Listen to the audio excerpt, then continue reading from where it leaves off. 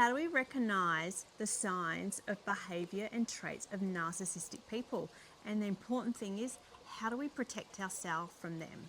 Yeah, some of the signs to look out for is people who are very controlling. They always want it their way. They're very manipulative. They're conniving. They're very intense. They've got a grandiose kind of personality. They're always in charge. They're always the life of the party. They're very much a look at me kind of personality. And someone who really has no empathy. So you could be in an argument, they have an empathy, they've got no empathy, they don't really care what the consequences are, they don't really care about you. All they do is care about themselves. There's some hardtail signs of what narcissism is. But remember, just because they've got a couple of those behaviours does not mean that they're a narcissist. Realistically, if you classify someone as a narcissist, you really want to have a lot of those behaviours, but also it depends on how intense are those behaviours they're doing and what sort of effect it has on other people. Also, a narcissistic person will really do the mirror. So they'll project what they're doing to make out as if you're doing it.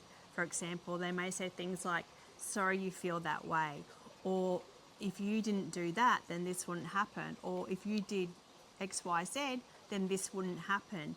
And they can really put the blame on you when it's really all their fault. And as a beautiful empath, we really take it on as, is it something that I'm doing? Or maybe if I didn't do that. That's like a very clear sign that they really do project. They'll never take responsibility. It's always everyone else. It's a blame game.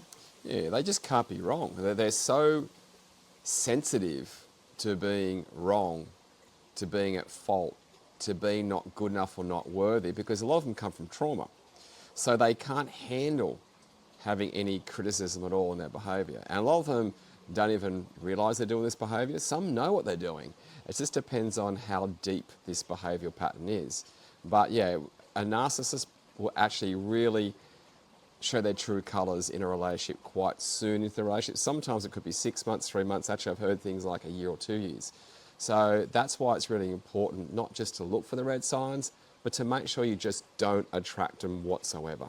And if you do, it's important to protect yourself by having healthy boundaries, by not getting drawn in to what they say and think is reality, and also to really keep them at a distance. Sometimes we can't help it. It can be family members, it can be in the workplace, but it's about really recognizing that it's not you and you're not going to take on the energy they're trying to protect at you. Because they will make you feel like it's your fault. And the thing is to protect yourself properly, if you find out that you are with a narcissistic person, the sooner you cut the cords, the soon as you leave that relationship, the better. Because the longer you stay in the relationship, the more conditioned you are, the harder it is at times to leave that relationship. So the best way to protect yourself is not to attract them. And if you do attract them, get out of the relationship as soon as you can.